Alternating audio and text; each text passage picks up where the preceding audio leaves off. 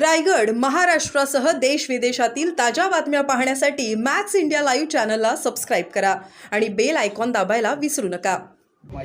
त्या व्हिडिओशी आमदार महेंद्र दळवी साहेबांचा अर्थार्थी कसलाही संबंध नाही. एक व्हिडिओ काल दुसरा माणूस व्हिडिओवरती काहीतरी मस्ताना दाखवले. केवळ सनसनाटी अधिवेशनात निर्माण करण्याचा हा किविलवाणा विरोधकांचा प्रयत्न आहे, विशेषतः अंबादास दानवेंचा प्रयत्न आहे. आमदार महेंद्र दळवी साहेबांना गेले अनेक वर्ष मी ओळखतो.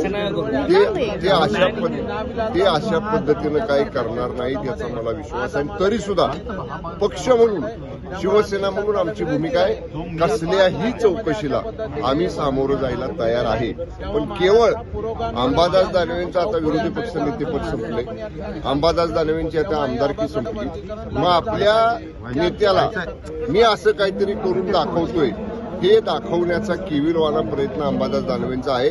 तरी देखील मान्य आमदार महेंद्र दळवी साहेब आज किंवा उद्या जेव्हा अधिवेशनामध्ये येतील ते आल्यानंतर त्यांची भूमिका स्पष्ट करतील. पण मी विश्वासानं सांगतो, या व्हिडिओचा आणि माननीय महेंद्र दळवी साहेबांचा अर्थार्थी काहीही संबंध नाही. जाणीवपूर्वक सनसनाटी म्हटलं ना मी, जाणीवपूर्वक सनसनाटी निर्माण करण्याचा हा प्रयत्न आहे. केवळ असं काहीतरी दाखवायचं आणि मी कसं शिवसेनेच्या आमदारांना अडचणीत आणतोय हे त्यांच्या नेत्याला दाखवून तिथं आपली कॉलर टाईट करण्याचा प्रयत्न अंबादास दानवेंचा आहे.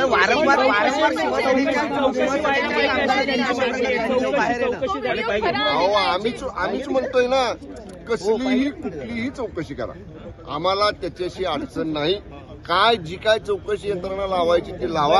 आम्ही त्याच्यामध्ये उलट आम्हाला जर विचारलं तर आम्ही आमच्याकडची काय माहिती असेल ती सुद्धा देऊ. पण मी विश्वासानं सांगतो, मान्य आमदार महेंद्र दळवी साहेबांचा याच्याशी अर्थार्थी काहीही संबंध नाही.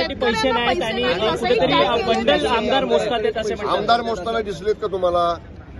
मी एक सांगतो, मीडिया लोकांना, मीडियाच्या माध्यमांना माझी विनंती आहे की तुम्ही आता त्याची चौकशी होऊ द्या ना.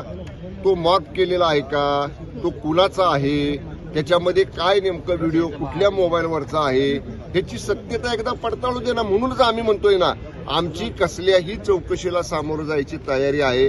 केवळ असलं काहीतरी फेक, खोटं, मॉर्फ केलेलं असलं काहीतरी पुढं आणायचं, सनसनाटी करायची, एवढाच त्यातला प्रयत्न, याच्यापेक्षा वेगळं काय नाही. धन्यवाद. त्याच्यावर काल बोललोय मी.